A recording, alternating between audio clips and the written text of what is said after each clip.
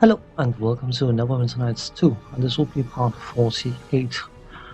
In the previous episode, we were told by Captain Bolena that assassins had showed up in Neverwinter, and we can't have that, so we were told to go and deal with them. I was having some graphical issues, as you can quite clearly see.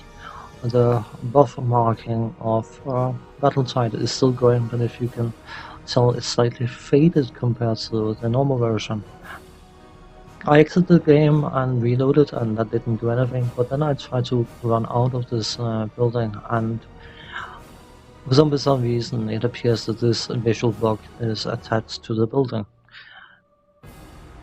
In worst case scenario, I got an autosave which was re-entering the merchant's quarter with Popline, so and I could always revert back to that, but I would rather not have to do that, so bear with this excessive graphical effect while we are in this room, and then hopefully it will go away, disappear, never come back. To make absolutely sure, because of course the autosave is overwritten every single time you enter and exit a location, I made sure to load the autosave and do a hard save, so it is safe. I don't know whether I've mentioned it in this video series, but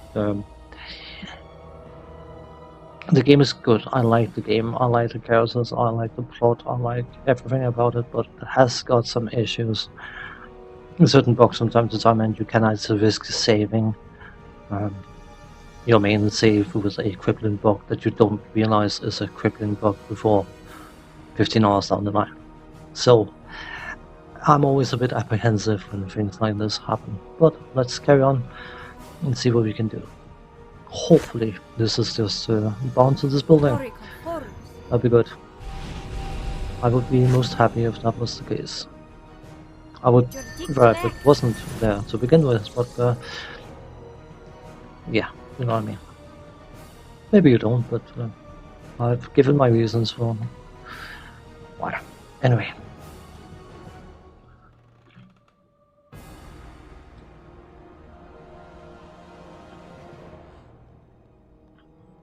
Anyone else want to fight? There's apparently someone did. Oh. Maybe I should use two scenes to make sure that I'm not getting, because I think he's just sneaking around.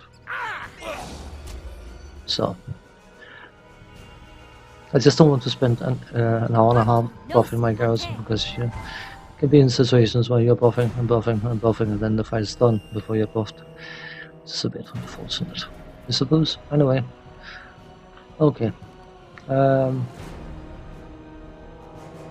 It also cancels out any defensive illusion spells that casters may have, so not entirely useless.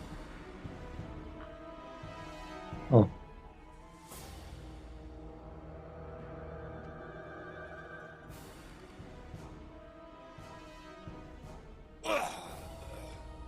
I'll handle this one. Oops.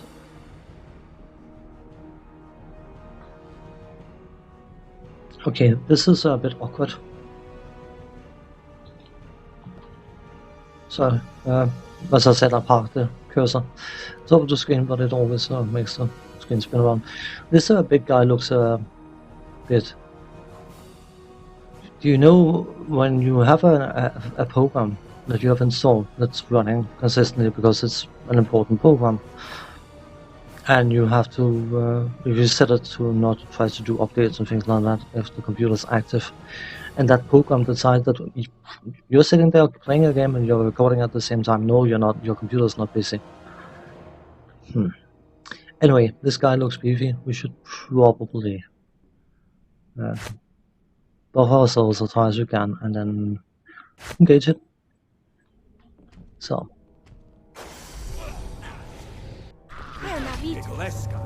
This is a blade golem. Some people call them golem. I think golem sounds more cool, so I call them golem. I may be incorrect.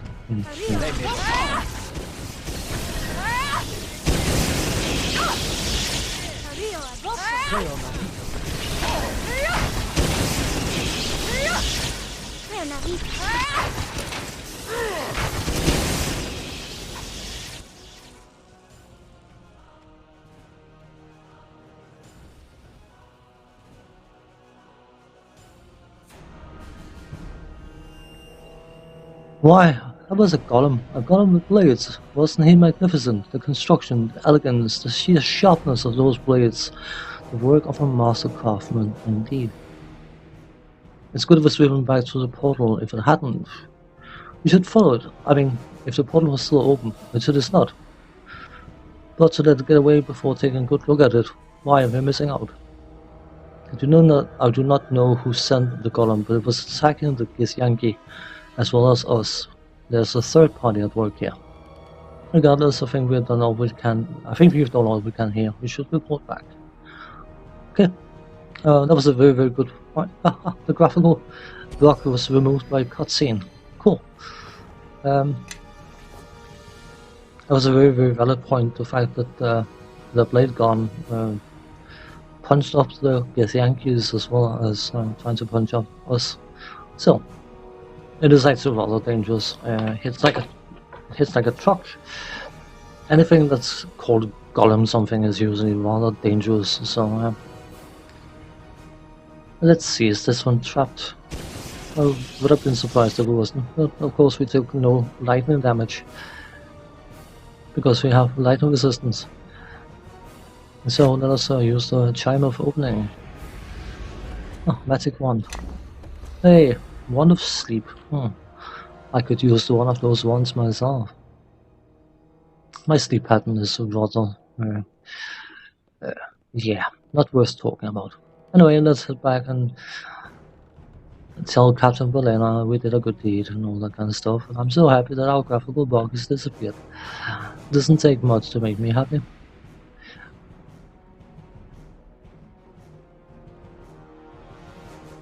Ta-da!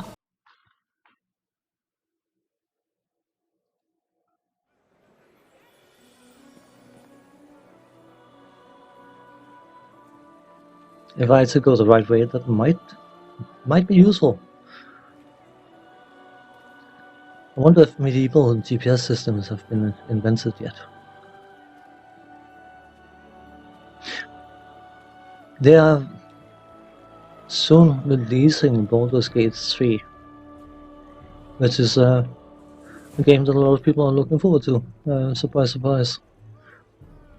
Part of me would actually like to see Neverwinter Nights 3 as well. That could potentially be amazing.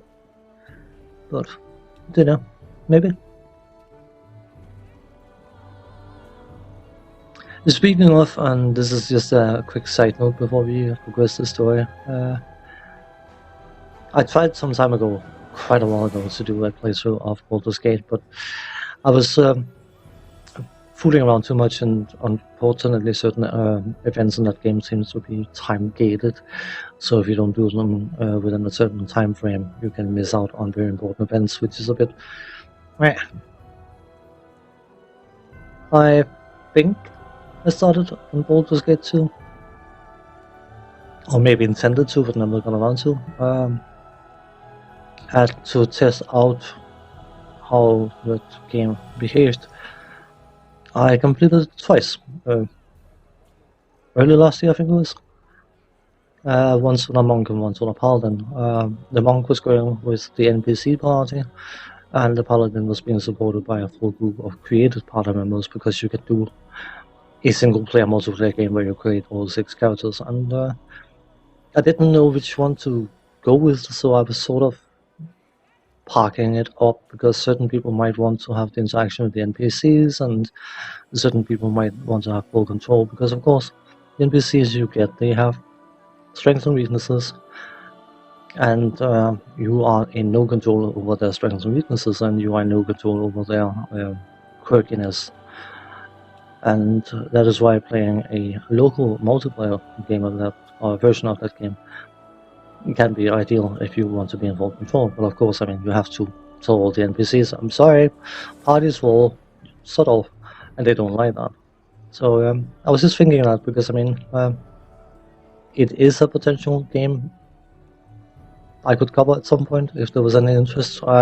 This is probably the wrong medium to make such a mention, but yeah, I know that game quite well, because as I said, I completed it twice, I'd say, in a row. The first time took significantly longer than the second time because then I suddenly knew what I was doing, which is a rare occurrence for me, if you haven't noticed.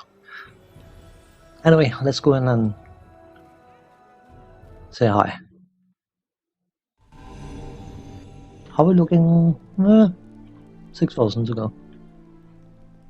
Significantly less than 6,000. Whatever. You don't want to talk to me. What about you? Lieutenant, you have done well. These men are from the Nine, under the service of Captain Naval. You know our orders were that you give us the location of the assassins, Captain Verlaine, and let us deal with them. And now with the death of Lord Hawks, I think the Watch's attention could have been better spent elsewhere. I believe the Nine and the Cloak Tower are the ones responsible for the Watch in Blacklake. This matter was something my lieutenant could handle on her own, and has. I hope you're not blaming us for Lord Hawks' death. As I recall, the order given to the Watch were to man the gates of Blacklake and solely act as couriers for the Nine and the Cloak Tower mages. We are, as always, ready and able to serve Neverwinter in any capacity requested. If you wish us to take a greater role in the Blacklake investigation, then we would be happy to assist. I doubt any order I give you would be followed to the letter, Captain, but I appreciate your gesture nonetheless. Good day, Captain. Lieutenant. As you no doubt heard, Lieutenant, while you were on your mission, there was another death in Blacklake, Lord Hawks. What happened? Lord Hawks died in the same manner as Lord Gentry. There was no forced entry and no wounds upon the body. He was struck dead, his body found this morning. Can I help? You have done all I asked at the docks, and now I am giving you official permission to enter the Blacklake District. But do not interfere with the investigation there. I fear I have pushed the Nine as far as they will go in this matter. As for the docks, I suspect they will always give us trouble, but with your help we have made great strides in restoring order to the area, and trade should improve as a result.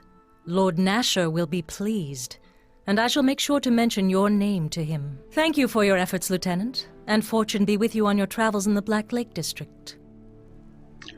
You don't need to. I have no need for the ruler of the city to draw particular special attention to me, but I mean, if you want to, allow me to say that with this conversation, Captain Verlaine earned about 50 like points with me, because she was being rather diplomatic about responding to, well, we could have helped you, but you told us specifically not to. I sort of like that.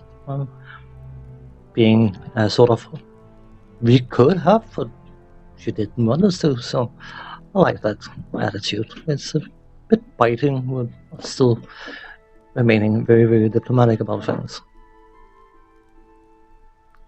So, anyway, we can now access the Blacklake District, apparently, so I hope that is the trigger point for a further progression in sidey stuff.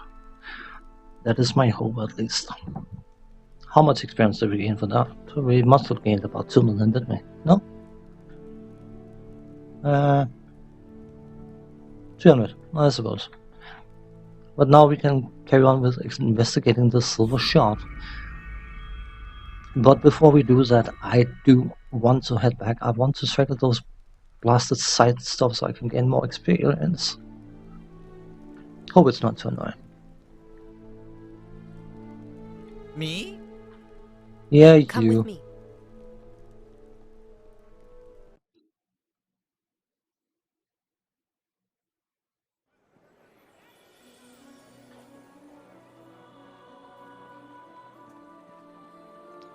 I could technically edit this out, but I don't want to do too many editing cuts.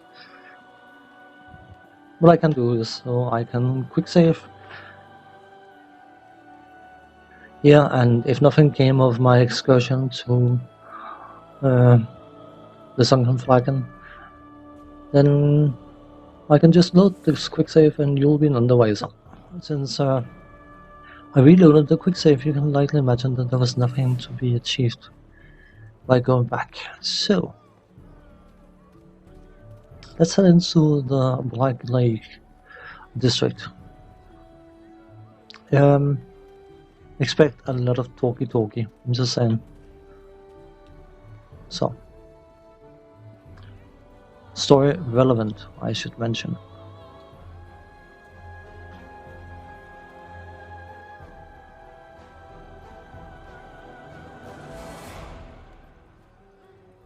Sorry, no one in or out of the Blacklake District without permission. I have a pass from Captain Verlaine. Well now, apparently your good deeds down at the docks were enough for her. Everything seems to be in order, we'll get this gate open for you straight away. Hey, up there, we got someone that's leading into Blacklake. We've got a pass from the captain. There you go, one of the guards to the other side will escort you. The pass doesn't give you free reign in this district, just to this Aldanon's home. A shame.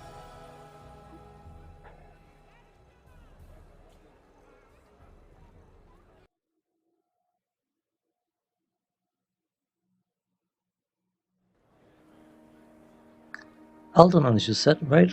Well, here we are. Don't expect too warm of a welcome, though. He's been even more detached lately. I'll just wait here while you talk to him. I'm sorry you're here with the delivery. I'm here with the City Watch. I'd like to ask you some questions. The Watch, whatever are you here for? Someone in trouble? No trouble, but you have information that I need. Really, I'm always happy to help the Watch, and information is something of a specialty of mine, you know. Quite a hobby. Let me just remove these wards. Yeah, all disarmed, I think. Lovely. Come right on in.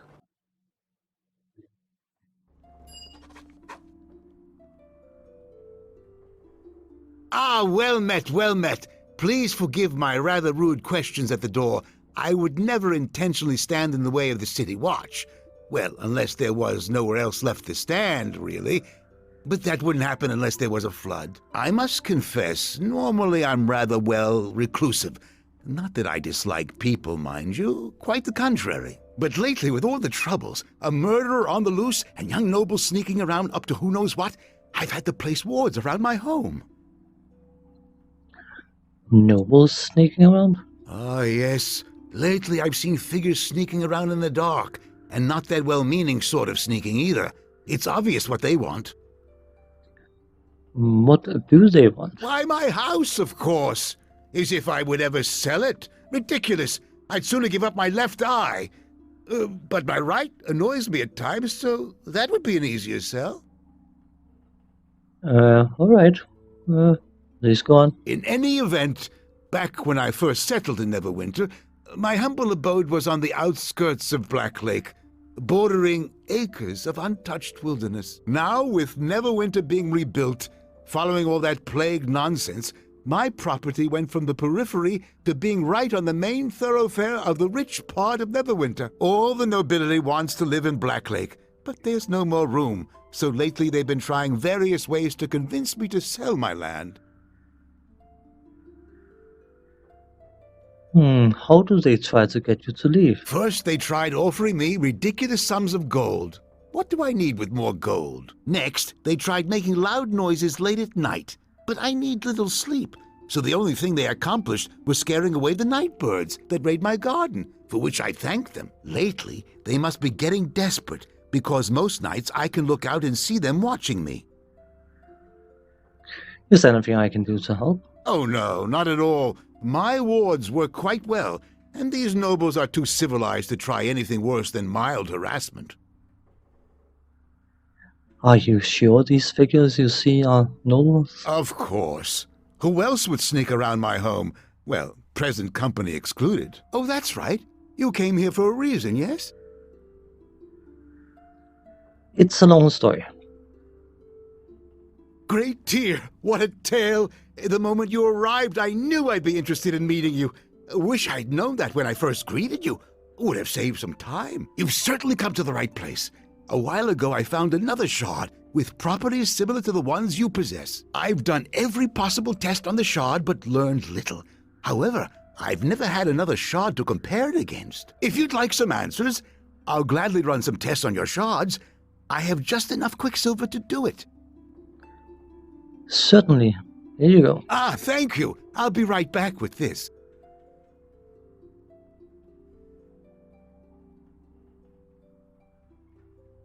My tests are complete. With another shard to use as a comparison, well, I learned quite a bit. Quite a lot, actually. It appears these shards contain latent magical energy, either caused by a strong enchantment from when they were whole or from their method of destruction. Furthermore, the shards resonate when they are brought together, increasing their magical energy output accordingly. These shards are pieces of a broken Githyanki silver sword. Are you familiar with the Githyanki? I'd be interested in hearing what you know about them. The Githyanki are a race of beings that dwell on the astral plane, led by Vlakith, the Lich Queen. Not a nice woman, I hear. Ages ago, the ancestors of the Githyanki were human and inhabited another plane of existence, where they were enslaved by the Illithids, or Mind Flayers. Then came Gith. Little is known about her outside the Githyanki, but she led the rebellion to free her people of the Illithids, and is considered the hero and founder of the Githyanki people. The Githyanki silver swords are forged with the special purpose of severing the silver cord that connects the form of an astrally projecting traveler to his or her material counterpart. They look like a regular Githyanki weapon until used in combat, at which point they turn into a column of flowing, shimmering liquid. Really quite amazing, I'm told. I believe the shards that you have found are pieces of one of these silver swords. I presume the Githyanki have come to Faerun to recover the shards. And why would the Githyanki care about pieces of a broken sword? I've never heard of one being broken before. It could be that the Githyanki are as interested in how it was broken as they are in reclaiming the pieces. I have fought Githyanki, but none of their weapons had the properties you describe. Common Githyanki would not possess a silver sword. These swords are rare and highly prized. They are given by the Lich Queen to only the greatest of Githyanki knights. When one of their silver swords falls into the hands of a non-Githyanki, they will go to extraordinary lengths to recover it. Do the Githyanki often lose their silver swords? Often enough that there is a special group of Githyanki, the Sword Stalkers, whose sole purpose is to seek out any of the missing silver swords and punish the thieves who took them. Is there anything more you can tell me about this shard? I wish I knew more. Amon-Jero was the real expert. He actually possessed a silver sword. Who's Aldanon? Amon-Jero? Oh, he was a court wizard of Neverwinter decades ago. I met him a few times. He was a nice fellow, a little absent-minded, with a tendency to drift off the subject. Amon-Jero reminded me of my old mentor, Master Growler. Had the largest collection of noisy, exotic birds, made quite a racket, you know, chirping and squawking. How did he get a silver sword? I have no idea. He was a gentle sort, though, so I doubt that he stole or killed for the sword. Wouldn't the Githyanki come after him to get the sword back? I suppose they would. But if they went after Amon-Jero, they never found him. He passed away as quietly as he lived. Where can I find him? Well, he's dead now, so I'm not sure finding him will help you much. When word of Amon's death reached me, it was from a messenger who had heard it in passing. The nobles who ruled Neverwinter at the time must have assumed I would simply know if another scholar passed away, for they had not mentioned it to me. It was almost an afterthought. I learned later that it was partly due to what Amon's family wanted, and what had been requested by the deceased, to enter life quietly and to leave it the same way. It is sad in this age when the passing of a humble scholar and indistinct court wizard barely warrants a footnote in history. It makes me wonder, will anyone remember me when I'm gone? I'm sure you will not be forgotten. That's kind of you to say. But unlike Amon-Jero, I will not be survived by any family. Would Amon-Jero's family have access to more of his research? I suppose they would, but the Jero family was said to have moved far away from Neverwinter after the war, and Amon-Jero's passing. I have no idea where they might be now. What can you tell me about the war? Oh, those were dark, confusing times. So much death and chaos, all brought about by some self-proclaimed King of Shadows. We were told the King of Shadows was not a king at all, but rather a very powerful warlock and summoner of demons. He invaded Neverwinter decades ago with an army of demons. Neverwinter sent their forces to confront him. Both armies perished in the battle, and the King of Shadows was never heard from again. Some rumors suggest that he was defeated and imprisoned by a cabal of mages. Others say that he was dragged away to the abyss by his own demon servants. Whatever the King of Shadows' fate, I say good riddance. Anything more you can tell me about the King of Shadows? There is very little else for me to share with you. I certainly wasn't there, and what little history that has been recorded of those times remains vague and murky. However, if you wish, I would be happy to sit down and speculate with you about the King of Shadows. It would be a wonderfully entertaining exercise.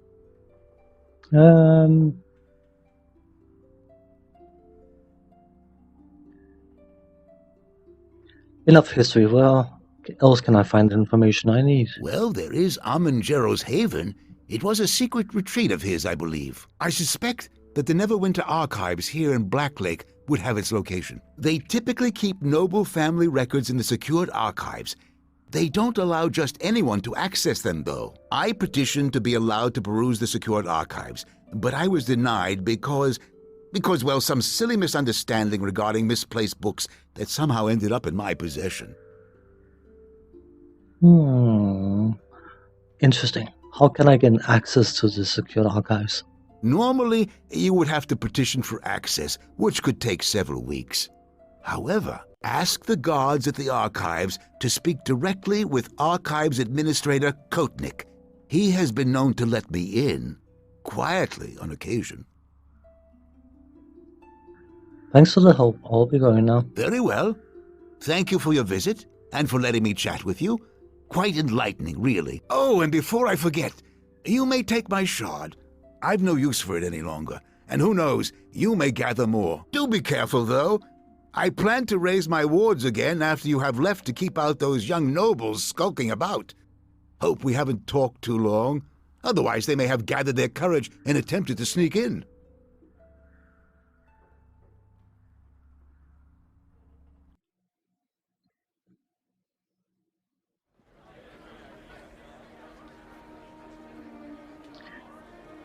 I suppose they have to allow for people to respond to different situations in whatever way they want, but how they can allow any rude responses towards Aldanon, I think is a shame. Yes, he is incredibly obnoxious, but he's also incredibly endearing. I do like Aldanon, and if you don't share that view, that is entirely acceptable.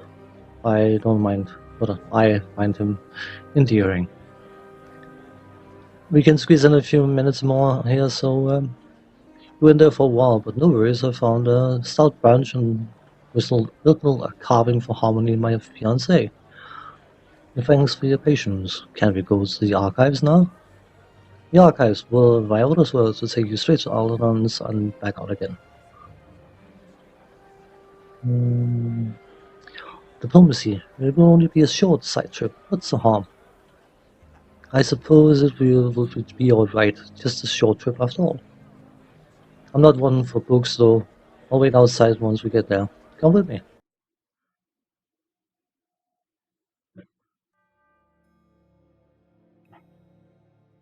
So, I did say even I would extend the episode to about 30 minutes, but it will still be around the time because there's something going on here, and I don't want to start it for the purpose of playing through the content for 3 minutes and then I have to cut it mid-part, so I would rather end this part here. And when we come back, we are going to see what is going on in the archives, because it would be too easy if we just went in and got the information we needed, wouldn't it? That's not going to happen. On that note, thanks for watching, take care, see you next time. Bye bye for now.